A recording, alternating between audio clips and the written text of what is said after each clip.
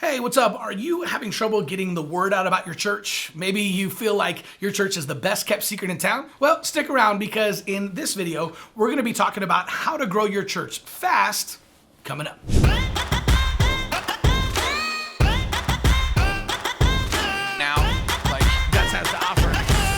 All right, what's up? Welcome back, y'all. My name is Chris Abbott, but all my friends just call me Abbo. And on this channel, we are focused on teaching practical ways to be able to use social media and technology in order to grow the church and reach people who are far from God. So what we're going to be talking about in this video is I'm actually going to break down kind of 3 tips that you can use in order to reach people who live within driving distance of your church and then get them to actually sign up and schedule an appointment to your church on Sunday morning. That way you can have a friendly person waiting for them at the front door, and this is actually going to speed up your assimilation as well. In fact, when we started doing these 3 things at my church, not only did we speed up the natural assimilation process in our church, I mean, literally we went from people joining the church in about 3 to 5 months, all of a sudden people joining the church within 3 weeks, which is pretty crazy, but we increased our first-time visitors, right? So we actually increased our first-time visitors by 42% in the first month, 60% in the second month, 87% in the third month, and 113%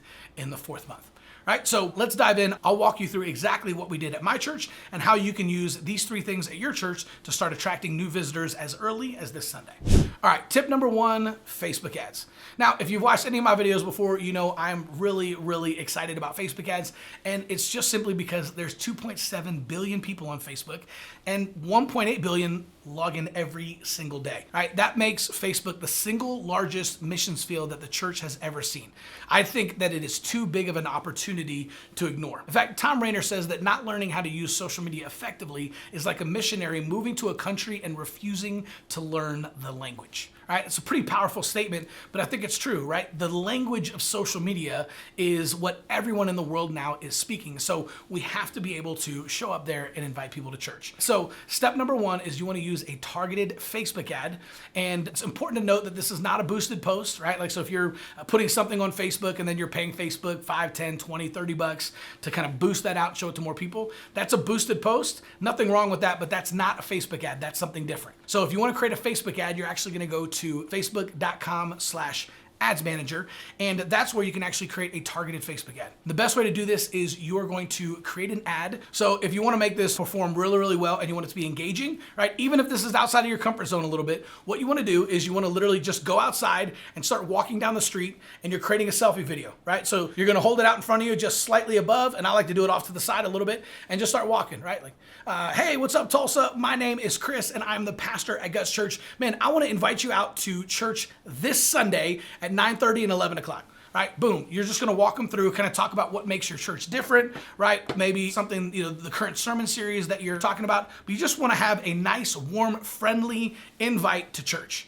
And if you're doing a walking selfie video, this is just going to be a little bit more engaging because people are not only looking at you, but they're also looking at the background, trying to figure out where you are, right? If you're walking down like Main Street, then they know that you're local. That's something really cool. And a little pro tip is if you really want to get strategic with this, you can be walking down the street and you can walk around a corner, or you can even walk through a doorway, right? Like walking around a corner or doorways become natural transition points in our minds. And so it automatically resets people's attention and they start looking around now again to see where you're at, right? You're on a different street, or you just came inside, or now you walked outside. So you want to use targeted Facebook ads to create a walking selfie video, and you want to target everyone within driving distance of your church, right? Typically it's about 10 to 15 miles depending on where you live, and you want to leave it wide open. So just target everyone 18 to 65 plus, and then head on to step number 2. All right, step number 2 is you want to set up a dedicated landing page on your website, right? So this is a place we're going to send all of the traffic from that Facebook ad to our website, but we don't want to dump them on the homepage or our About Us page or our ministry page or anything like that.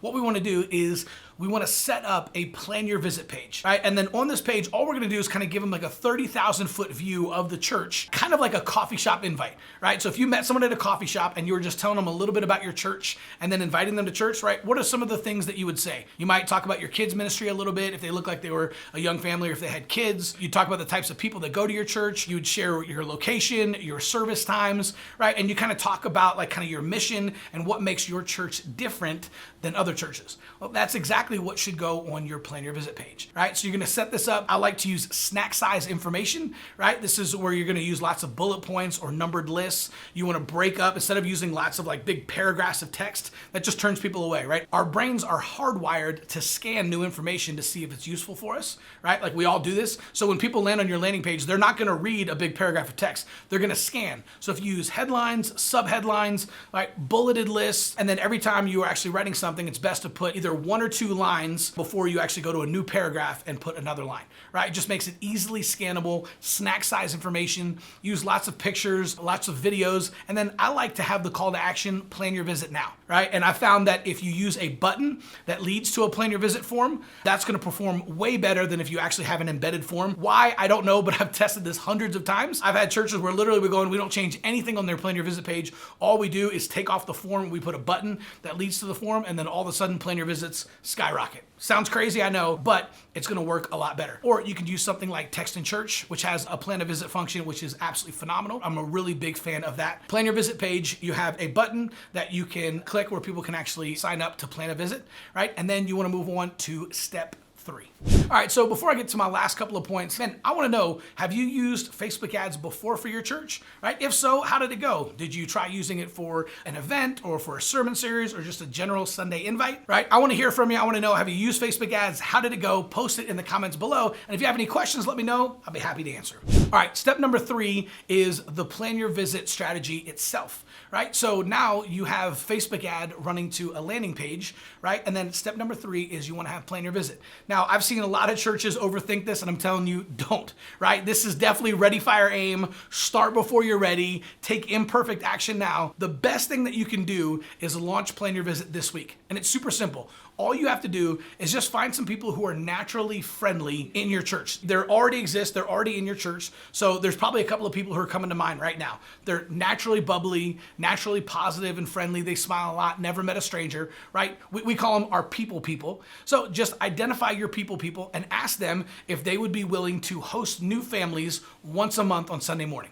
Right? So if you get 4 of these, you can just set them up, and once a month, all they're gonna do is host new guests whenever they show up on Sunday, and you're just gonna have them, give them a tour of the building, right? If they have kids, help them get their kids checked into kids' church. You wanna make sure they actually save them seats in the sanctuary, right? Something that goes over really well is if you actually like print out their names and then put it on seats in the sanctuary beforehand, right? It just makes people feel like, oh wow, they're prepared, right? And this is like a really big deal. Like they're actually had seats with our names on it, right? Saved for us. And then I recommend having that host actually sit with them in service as well, right? Especially if this person, if it's just a one guest showing up, right? It might be a married couple or several guests, and sit with them no matter what. But even if it's just one person, right? It feels a little bit awkward. It's kind of that high school cafeteria syndrome where like you walk into high school for the first time, you kind of like look around the cafeteria, you don't know what to do. So you're like, you freak out and you just sit at the closest table by yourself, right? Now you're that loser sitting at the table by themselves on the first day of high school. You're like, dang it, right? This is what happened to new visitors at church. So just having someone there sitting next to you just kind of lowers the barrier of entry. It lowers anxiety, and it helps them get connected a lot faster. Here is the last point on plan your visit that I think is really, really important. 80% of people who meet the pastor on the first visit will come back again for a second visit. Right? 80%. So all you have to train your plan your visit team to do is make sure that at some point they introduce that guest or that guest family to you as the pastor, right? 80% of them will come back for a second time simply because they met you as the pastor, right? So like even if the rest of the plan your visit is awkward or if it doesn't work out the way that you wanted to or you're still training people up, doesn't matter. As long as they introduce those guests to you as the pastor, 8 out of 10 of them are gonna come back a second time.